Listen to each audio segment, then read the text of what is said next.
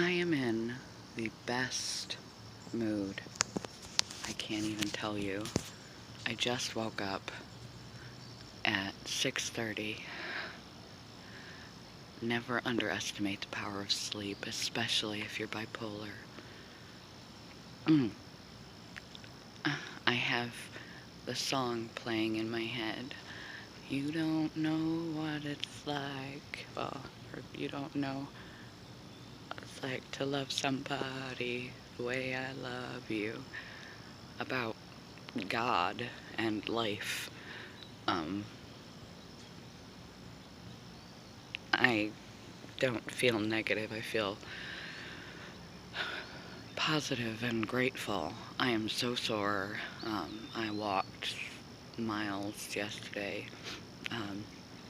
and I haven't been doing very well.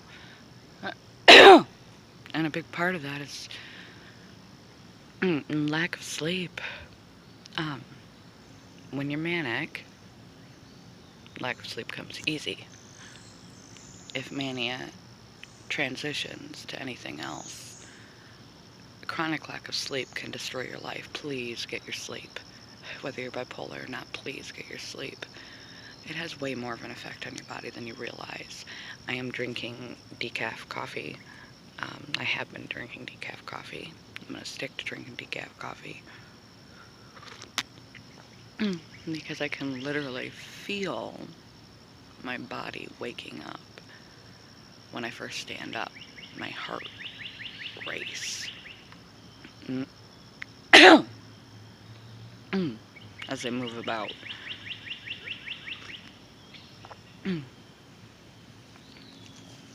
Big bunch of water and 2 cups of decaf before I actually ever even have a cup of caffeine, and a lot of walking around. You get dehydrated as you sleep. You need to not be dehydrated. Dehydration is part of what landed me in the hospital. Granted, I have special circumstances, circulation conditions, but dehydration is terrible for us. We're 70% water. Drink your water. I made an incredible video. I was so proud of it yesterday about updating being the, sorry, birds, they're pretty, updating being the loved one of an individual in addiction recovery, and the footage didn't record. It was wide angle and everything. Like, this is not, I didn't even think to do it. And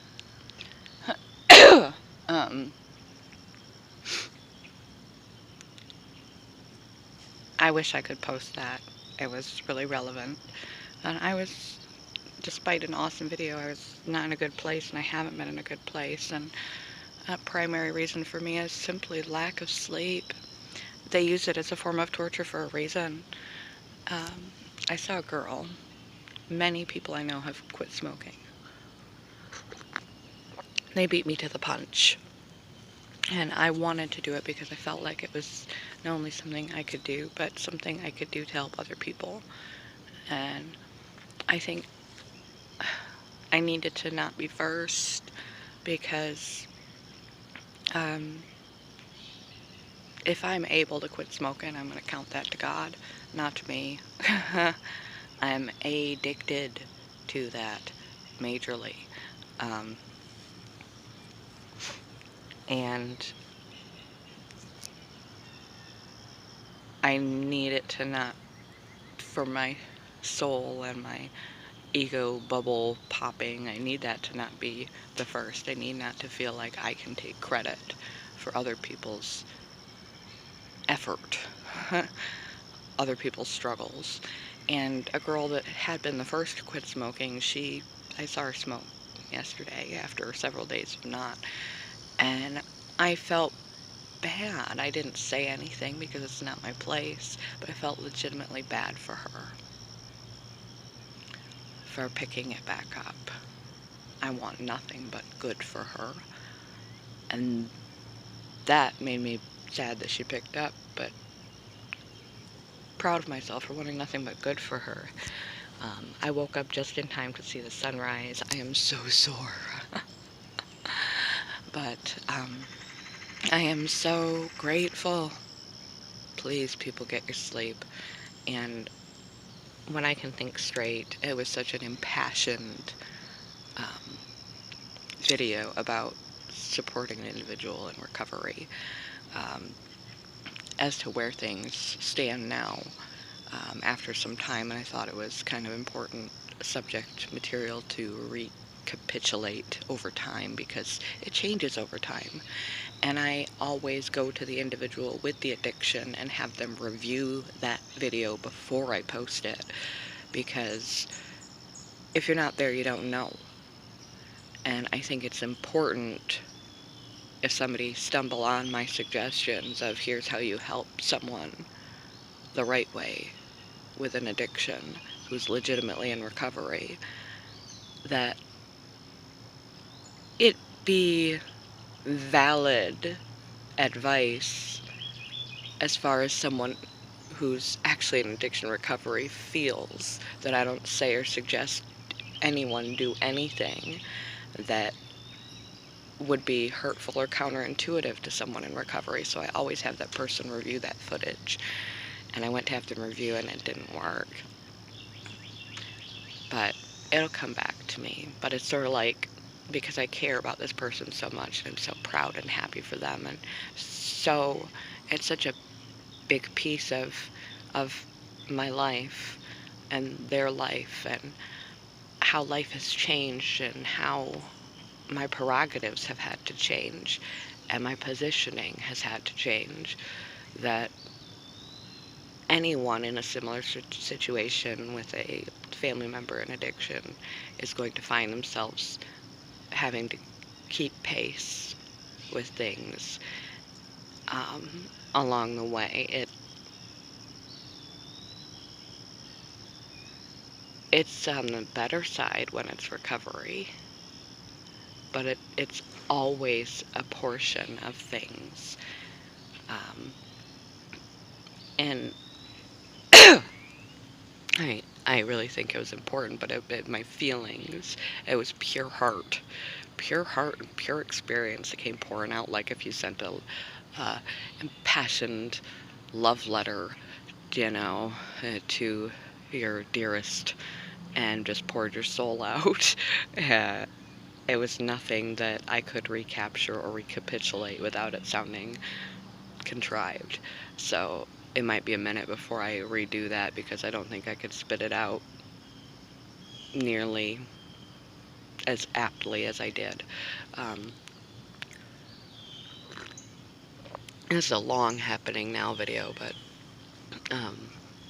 I am so grateful. I am so happy right now. I woke up, as soon as my eyes opened, I said, thank you, God. Thank you, God. And then that song popped into my head. And then I came outside, and I sat in the grass on my butt, and I drank a cup of coffee. I went back in and I had a decaf coffee, water. And then I fed my kitty, and I scratched my kitty's head, and I came back out. I sat in that little tiny chair back there for a minute. I'm going to sit there later. And I decided I don't want to sit in the tiny chair, because there will be a time I want to sit right here in the grass,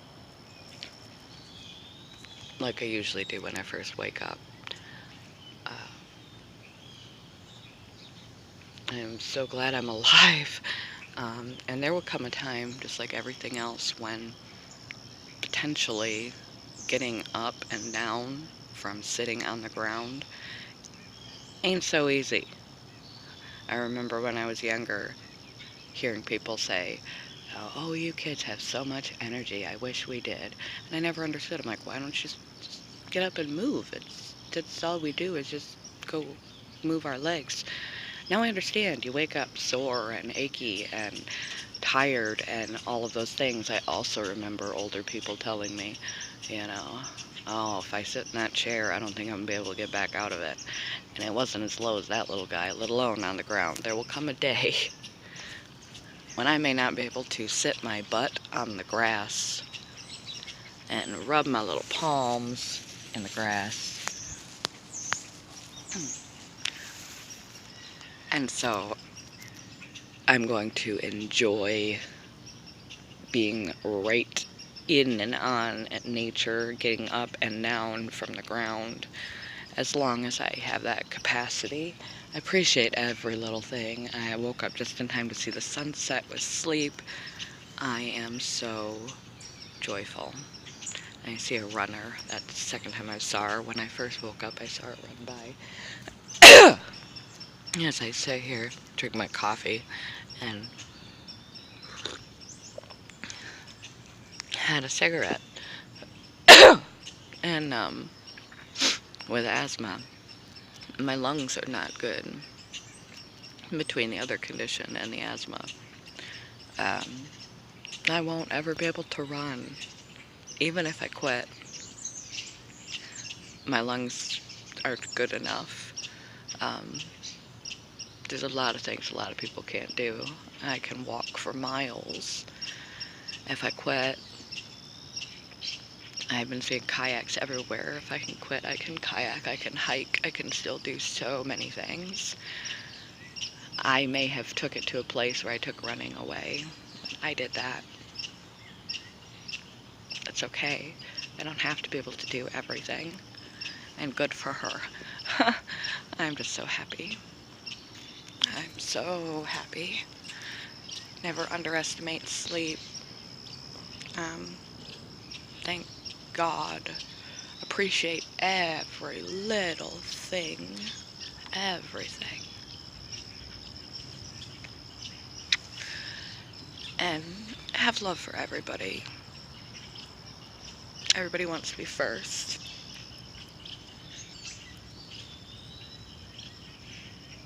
You should want to be better. And you should want happiness and good things for everybody. That's all I got. Good morning. It's a wonderful day. Wonderful day in the neighborhood. A wonderful day in the neighborhood.